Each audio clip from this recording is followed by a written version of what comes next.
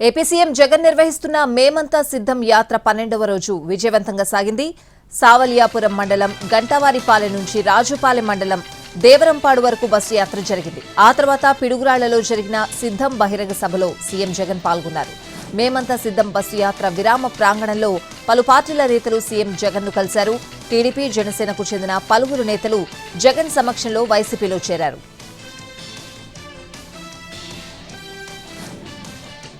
చంద్రబాబు వస్తే వాలంటీర్లను తీసేసి జన్మభూమి కమిటీలను తీసుకొస్తారని విమర్శించారు సీఎం జగన్.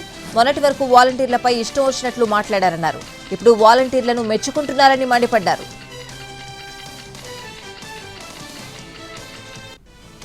ఓటర్కైనా వాలంటీర్కైనా జగన్ అంటే నమ్మకం అన్నారు మాజీ మంత్రి పేర్ని నాని.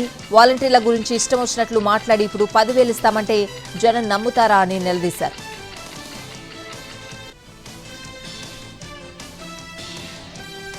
వాలంటీర్లు పెన్షన్ పంచకుండా చేసిన చంద్రబాబు ఇప్పుడు ప్రజల్లో వ్యతిరేకత వచ్చిందని మాట మార్చారని అన్నారు మాజీ మంత్రి బాలినేని శ్రీనివాసరెడ్డి. ఓవైపు వాలంటీర్లకు 10,000 జీతం ఇస్తానంటూనే మరోవైపు వైసీపీకి మద్దతుగా ఉంటే భవిష్యత్తులో ఉద్యోగం లేకుండా చేస్తానని ఆయన అంటున్నారని ఫైర్ అయ్యారు. ఒకవేళ అధికారంలోకి వస్తే వీళ్లనే వాలంటీర్లుగా కొనసాగిస్తారో లేదో గుండెల మీద చేయి వేసుకుని చెప్పాలని అన్నారు బాలినేని. ఏపీ బీజేపీ అధ్యక్షురాలు పురంధేశ్వరిపై సెటైర్లు వేశారు పోసాని కృష్ణమురళి. సావర్కర్ అంటే గవస్కర్ అనుకుంటున్నారంటూ పంచ్లు పేల్చారు. పురంధేశ్వరికి ఆర్ఎస్ఎస్ అంటే ఏంటో తెలుసా అని ప్రశ్నించారు. జనసేన అధినేత పవన్ కళ్యాణ్ కు ఈసీ నోటీసులు జారీ చేసింది. ఎన్నికల ప్రచారంలో సీఎం జగన్ పై చేసిన వ్యాఖ్యలకు 48 గంటల్లో వివరణ ఇవ్వాలని ఆదేశించింది. ఇటీవల ఎన్నికల ప్రచారంలో పాల్గొన్న పవన్ కళ్యాణ్ జగన్ ను scam star, land grabber, sand and liquor emperor అంటూ కామెంట్లు చేశారు. దీనిపై వైసీపీ నేతలు ఈసీని ఆశ్రయించారు. ఎన్నికల కోడ్ను ఉల్లంఘించారని ఫిర్యాదు చేశారు. పవన్ కళ్యాణ్ వ్యాఖ్యలను పరిశీలించిన ఎన్నికల సంఘం 48 గంటల్లో వివరణ ఇవ్వాలని ఆదేశించింది. పశ్చిమ గోదావరి జిల్లా ఉండి టీడీపీలో అసమ్మతి పెరుగుతోంది. టీడీపీ ఎమ్మెల్యే రామరాజుకు సీటు మార్చుతారన్న ప్రచారంతో రాజీనామాలకు సిద్ధమయ్యారు నియోజకవర్గ టీడీపీ నేతలు.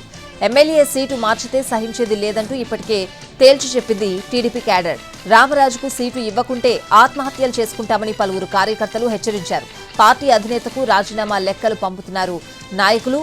మరోవైపు సీటు మార్చితే ఆమరణ నిరాహార దీక్షకు సిద్ధమన్నారు ఎమ్మెల్యే రామరాజు.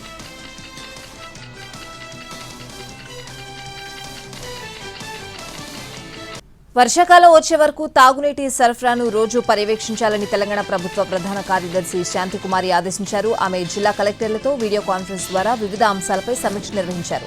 తాగునీరు, ధాన్యం కొనుగోలు, పాఠశాలల్లో అత్యవసర నిర్వహణ పనులు, వేసవి చర్యలపై సమీక్షించారు. వేసవిలో నీటి ఎద్దడి నివారణకు కలెక్టర్ల వద్ద తగినన్ని నిధులు అందుబాటులో ఉంచినట్లు వెల్లడించారు.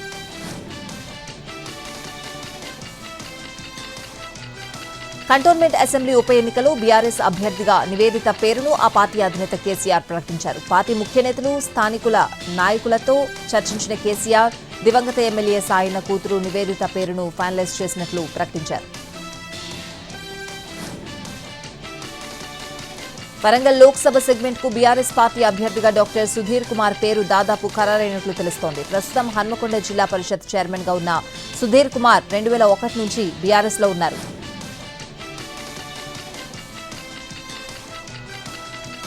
బీఆర్ఎస్ ను వీడుతున్న నాయకులపై మండిపడ్డారు మాజీ మంత్రి కేటీఆర్. పార్టీ నుంచి పారిపోతోంది కొందరు నేతలు మాత్రమే అని అన్నారాయన. కార్యకర్తలు మాత్రం బీఆర్ఎస్ తోనే ఉన్నారని చెప్పారు.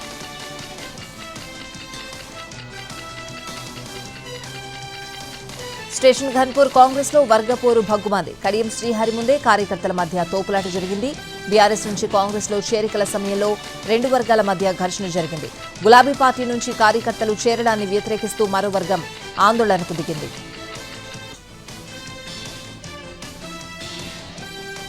సీబీఐ తనను ప్రశ్నించడాన్ని సవాల్ చేస్తూ కవిత దాఖలు చేసిన పిటిషన్పై తదుపరి విచారణ ఈ నెల 26కు వాయిదా పడింది.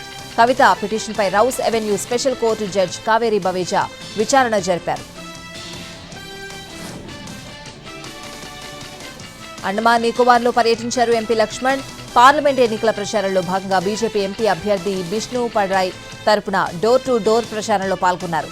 అక్కడి ప్రజలతో మాట్లాడారు. వచ్చే పార్లమెంట్ ఎన్నికల్లో బీజేపీకి ఓటు వేయాలని విజ్ఞప్తి చేశారు. 3వ సారి మోడీనే ప్రధానిగా ఎన్నుకోవాలని కోరారు ఎంపీ లక్ష్మణ్.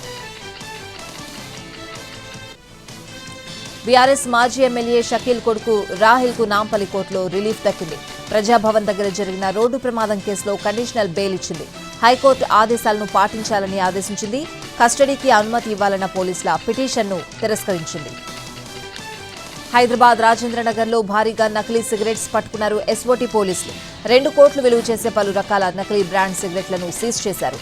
డిటర్జెంట్ పౌడర్ ముసుగులో పాట్నా నుంచి హైదరాబాద్ తెప్పిస్తున్నట్లు సమాచారం అందుకున్న పోలీసులు మాటు వేసి పట్టుకున్నారు. ముషిరాబాద్లోని శ్రీరామ ఎంటర్ప్రైజెస్ పేరుతో కంటైనర్ డెలివరీ అయినట్లు గుర్తించారు. బీహార్కు చెందిన 4గురిని అదుపులోకి తీసుకున్నారు. ఖమ్మం జిల్లా మధుర మండలం అంబారుపేటలో భారీ అగ్ని ప్రమాదం జరిగింది. ఈ ఘటనలో 8 ఎకరాల సుబాబుల తోట, 2 ఎకరాల మామిడి తోటకు మంటలంటుకున్నాయి. స్థానికుల సమాచారంతో రంగంలోకి దిగిన అగ్నిమాపక సిబ్బంది మంటలను అదుపులోకి తీసుకొచ్చారు.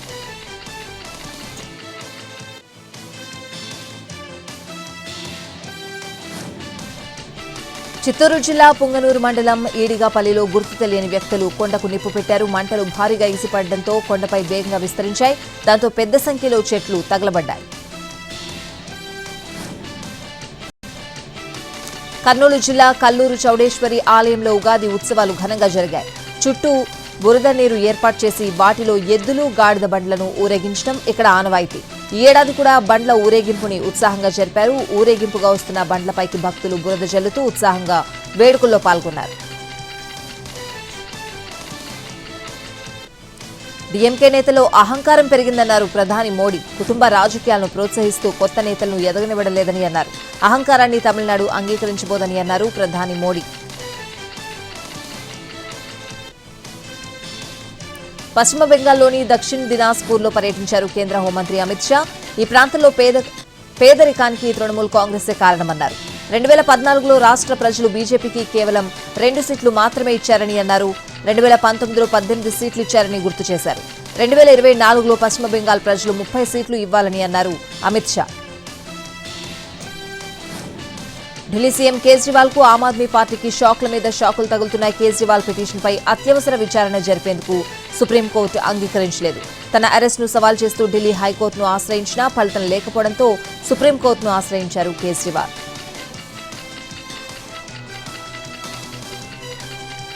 లోక్సభ ఎన్నికల వేళ ఆప్కు మరో షాక్ తగిలింది. ఢిల్లీ సంక్షేమ శాఖ మంత్రి రాజ్ కుమార్ ఆనంద్ తన పదవికి పార్టీకి రాజీనామా చేశారు.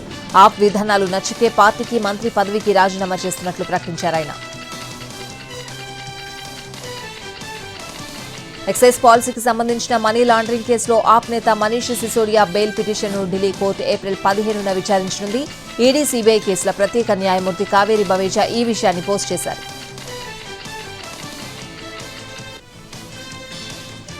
నాడు దేశ విభజన కోరుకున్న వారితో చేతులు కలిపింది ఎవరో చరిత్రకు తెలుసన్నారు రాహుల్. రాజకీయ వేదికలపై అబద్దాలు మాట్లాడినంత మాత్రాన చరిత్ర చెప్పే సాక్ష్యాలు మారిపోవన్నారు.